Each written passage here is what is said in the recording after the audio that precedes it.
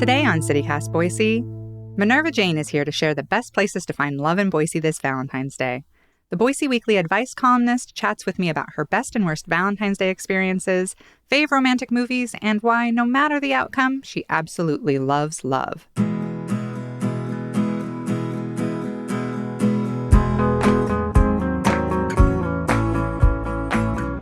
It's Thursday, February 9th, 2023.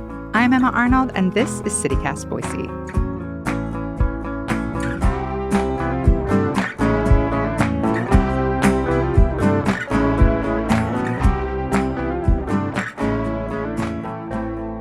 Hi, Minerva. Hi, Emma. So let's just jump right in. What's it like to be single in Boise? Well, great. I think, it's fine. We're a very couple-centric town, though. I believe the kids refer to it as cuffing, right? Is that what it is? Yeah. Everybody is, likes to get all coupled up. And I think that's great. I love love. So I'm always happy to see, so many couples, but I don't mind being single, really. It's kind of an empowering feeling for me. So I try not to get too jealous if I see a particularly happy couple. Luckily, through my advice column and stuff, I also get to see that there are a lot of unhappy couples. So, sometimes I'm weighing that, okay, there are ups and downs to both of the statuses. There were definitely times when I was single where I would be like, I don't think there's a single couple I know that I envy that relationship, mostly because being single can actually be really nice and fun, and you don't have to answer to anybody or work with anybody's schedule. It can be actually a lot of fun, like you said. But what tips would you give someone trying to find love here in Boise? Well, I think that for someone finding love in Boise, you're going to need to diversify how you're going about it. Unfortunately, and I really think this is such a bane of so many people's existence, but online dating is a thing. And it can be a terrible thing. But at least you can sort of wade through the bad stuff before you hopefully get a good opportunity. I think that you really need to protect yourself if you're going to go that route. But I think you also have to get out and do things that you enjoy doing, just to do them by yourselves. Because I think that's a great way to meet people who are also interested in the same things. But I think that if you're going to find love, you got to be open to how love is going to come into your life. And that might not look like maybe some of the things you're familiar with. I tried online dating when I was single. I tried it for exactly 2 weeks. And my experience of it was everybody had a picture of a fish in their profile. And this is not a complaint, this next thing. Every date I went on was with a wildland firefighter. Again, not a complaint. Okay. And I've had friends from other other cities say that actually Boise is not a terrible place to do online dating, as long as you kind of weed through, using your profile to kind of weed through the people that you're not interested in. Right. And I think that that's a really important thing. If the vibe is off, the vibe is off. Listen to your intuition on that with people. But you are right. Even I get the fish, the fish profile pictures. And I'm like, okay, first of all, sir, I am not going camping. I am not going fishing with you. I might cook the fish for you, but I am not going to go with you. They love to show the fish. They just love to show off their fish, don't they? It's very Idaho. And I kind of giggle about it because it's so stereotypical and stuff. But it's also kind of oh, if I have to look at one more fish picture. One thing I struggled with online dating and dating in general, Boise is still such a small town, and it can feel like if you go to date somebody that they've dated everybody you've dated some of their friends. Do you struggle with that? What a small little microcosm it can be? Well, I will tell you this. I do struggle with that. And I am not, I'm not a cis woman, right? But some of those same guys that are going out with my cis girlfriends are swiping right on my profiles and stuff. And so it does kind of get into this weird kind of area where it's what are the rules? But I try to default back to girl code for me. So if, they're a close friend and stuff, I will really assess that. And then I go to the old adage, all is fair in love and war. As long as you're not hurting somebody in the process and, you're not going behind someone's back. Don't talk about me in my 20s, though. That was a whole other story. Okay. And I know there are people out there who probably know that I had like a tumultuous, raucous good time in my 20s. But like now I really try to vet those guys and like, okay, is this going to hurt somebody I know? Is this going to hurt somebody that I love? And then I try not to go there. And most of the time I don't want to. I know what you mean. Because like in my younger years, I was definitely not as ethical as I became later about dating. And it is nicer as you get older to date because you know yourself so much better. You know what you want a lot better. Like I tell my like younger single friends, like don't stress about being single. That's the fun of it, is like getting to know what you like through dating. That's what I try to tell my kids. Like everything should feel like an adventure. But also if I had dated somebody and they didn't work out, I'm pass them along. Like a friend of mine who's single and like, who should I date? I'll be like, oh, you should date this guy. He was really nice. Like I'm perfectly happy to like pass that along and see if it works for someone else, Oh, I agree. It's like romantic regifting. Yeah. Yes, exactly. I don't like this kind of wine, so I'm going to give it to you and I hope you enjoy it. Yeah, maybe it'll fit you. It didn't fit me. What are some, other than online and like getting regifted, what are some great places to meet other single people? Oh my gosh. Well, that's a good question. Funerals, family reunions. No, I'm. Oh, the Emmett. The Emmett's is my coming Emmett up. showing? I'm just kidding. But that I don't think I've dated anyone I was related to. Try to think of like the people who have been in like really successful couples and stuff like that, and like what worked for them. And a lot of times it really was just, they happened to meet each other when they went out to the club one time. And I mean, and not in like a bar culture way, because that can sometimes be murky on ethical and stuff like that when people have been drinking and things. But I really think that like going out and doing those kinds of things, I don't know how else you would really meet people. I think something I've sort of realized over the years of being single is that the best way to meet people is to not really try and meet people. That like, if you just pursue the interests you like, join clubs, book groups, like things like that. If you just sort of pursue meeting people in a platonic way, a lot of times you'll meet people along the way that you end up having romantic relationships with also, and that can work out really well.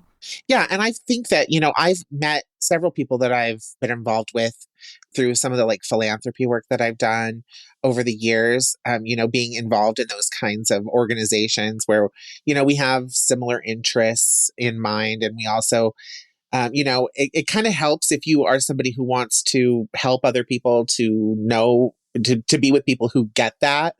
Or like, political groups, I think that's a good place to meet people who are on the same page as you. Although I think that like political differences people can work through, I think it's rarer than not. So I think it really is just about knowing who you are, what you like. And then when you involve yourself in those kinds of activities, you'll find people with the same values as you.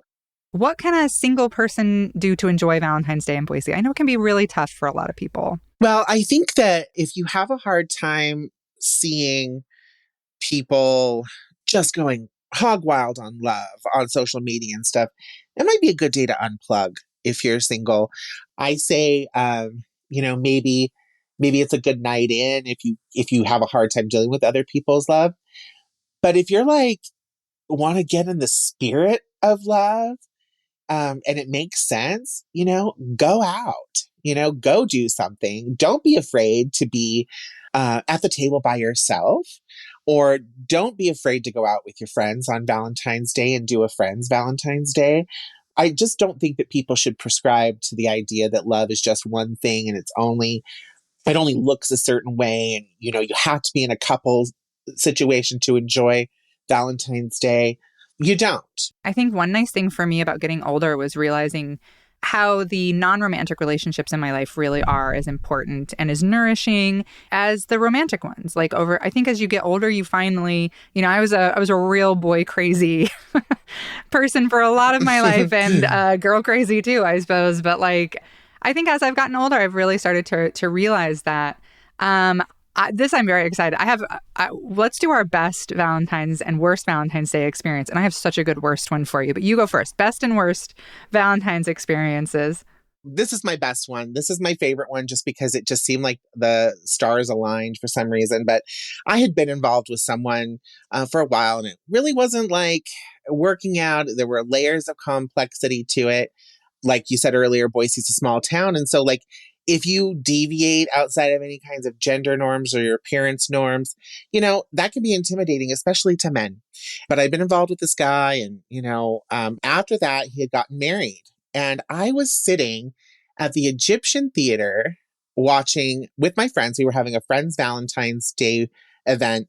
We were watching An Affair to Remember, which will just gut you anyway. Cary Yeah. Grant and Deborah Carr, and like, Oh, oh, it's so great. We're watching it on the big screen and we're all like enjoying it, but we're all kind of like, oh, we're all single, like, ugh, whatever. And I got a text message and I looked down at the text message and it said, my wife left me. What are you up to tonight? And it was Valentine's Day. oh And I my was like, God. oh, and like, we just had always had this real love for each other. And it was one of those moments where we both were just feeling it. We were both like so down and so sad that year. And like after the I'm movie, still not sure if this is a best or worst. I So know, I'm right? loving the surprise. But no, and then it just ended up being just like a really romantic, really like Oh, affirming kind of good. night. And yeah, so that I think was my best because I'm not spontaneous in general. I very much like to plan things out. And so that was one of the times where I also stepped out of my comfort zone. I think like sometimes when you're younger, you don't realize that like the heartbreak of love is part of it. That Hmm. this man you were seeing and you feeling lonely and him having his heart broken, and that doesn't have to be the worst part of love. It just is part of love. Like it's okay to be sad about losing love. It's okay to have grief. And actually, that can be a beautiful part. This is only really because I'm a moper, Minerva. I love a good mope after a breakup, Yes, you know? me too. I feel that, and I realize that that story probably doesn't sound very exciting to people, and it sounds like rebound stuff, and maybe it was, but I had been involved with him before he had been married, and so it felt good because it was a reconnection with someone I was comfortable with, and and Yeah. I knew he had no problems with me, and like had no like shame about our relationship and stuff like that. Oh, good. Yeah, that sounds romantic, and it's okay to comfort one another, you know? Like I think that that's also something that can kind of get like poo-pooed or whatever or Mm. looked down on in our society, that like yeah, it can be really hard to go through that grief, and sometimes you need to do it with other people too. Yeah, for sure. What about a worst? What's your worst? I think probably my worst Valentine's Day was I had sort of been seeing this guy who was very, very nice, but he was very, very shy. We had some pretty significant political differences, which was fine. I can work through that usually. And we went out and we had like lovely dinner and he brought flowers, and I had made a lot of efforts to like read books that he liked and watch movies that he liked and things like that to help, to try to get to know him and how he operated. And, all of my attempts to get him to like get interested in some of the things that I was interested in were met with resistance. And so I had just found out that my favorite movie in the world was going to be shown on the big screen, and it hadn't been on the big screen in many years. And I asked him to go, and he was just like, "Well, isn't that a chick flick?" And I then like proceeded to tell him that it was not a chick flick and explain why it wasn't a chick flick, and that it was my favorite movie and I've never seen it on the big screen before and I really want to go and watch it. And he just refused. And it kind of was like, just felt really done.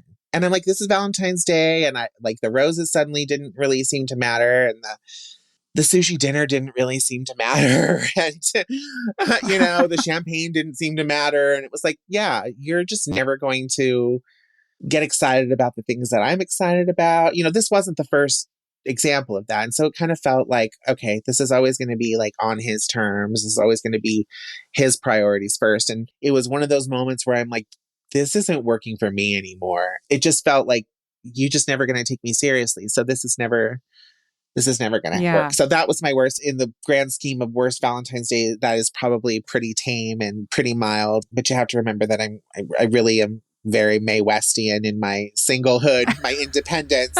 So I was thinking of my best, and like what you just said made me realize the reason I don't have a best Valentine's Day story is I didn't celebrate it for a long time. I was never that into it. And then when Alex and I got together, we kind of collectively, we were like, I was like, we're not doing this, right? Like, neither one of us is very good at remembering dates or planning ahead for things like that. So we were both like, let's not add extra pressure to this. But I think that's also partly because we're both very day-to-day thoughtful. Mm-hmm.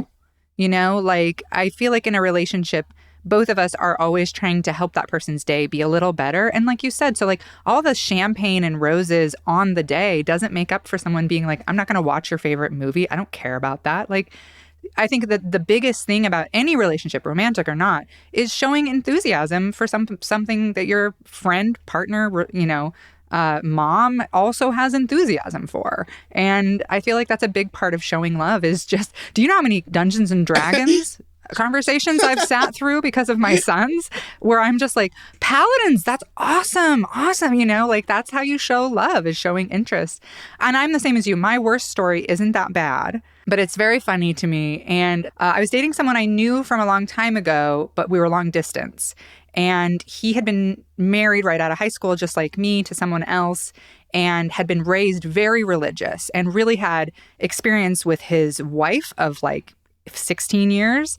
And then we started dating, and he was very adamant that like he was still fairly religious. He was very sweet and thoughtful, but very inexperienced with women. And we were going to be apart for Valentine's Day. And he, leading up to it, had been saying, oh, I mailed you a special package. You're going to love it. It's so amazing. I think it's really sexy and romantic. And he kept alluding to the fact that he was doing something very sexy, which was out of the norm for him because he wasn't like super comfortable with that. So the package comes on Valentine's Day. And I'm like all excited to open it. I do not know what's in it. I'm like, what could it be? But in this giant box was a Ziploc gallon bag with some what looked to be clothing in it. And I called him and said, what is this? And he said, oh, well, you always think that I smell so nice. So after I was done working out, I took my workout clothes and my underwear and I put it in a bag for you so that you could open it and remember my smell. And I'm like, oh, well, that's like kind of a weird thing to do, but also like is romantic. It's like a thoughtful, like, I wanted you to get the smell of me. And I was like, oh, okay.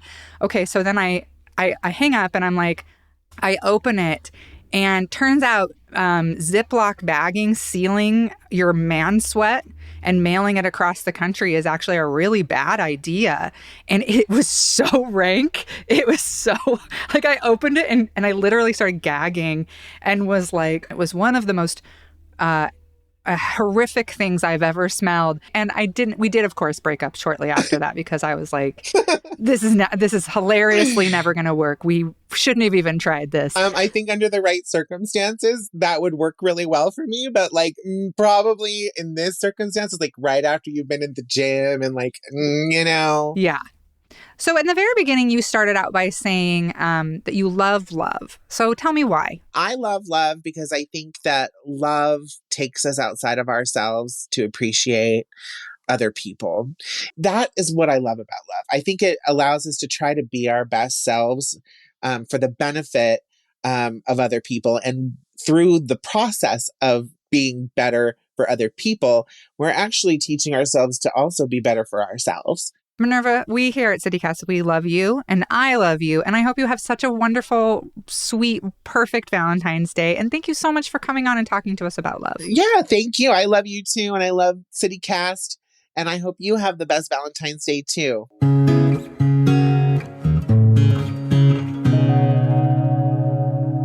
And here's some news to know today. Boise Dev is reporting that Boisean Alexander Abel has filed suit against the city. He says home inspectors failed to review building plan changes to his home or address major code violations. His lawsuit alleges understaffing at the city's Planning and Development Services Department, so inspectors don't have enough time to catch unsafe conditions.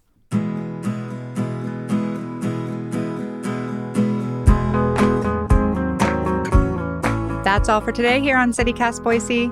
If you enjoyed the show, why not tell a friend? Leave us a review and subscribe to our Hey Boise newsletter. We'll be back tomorrow morning with more news from around the city. Bye.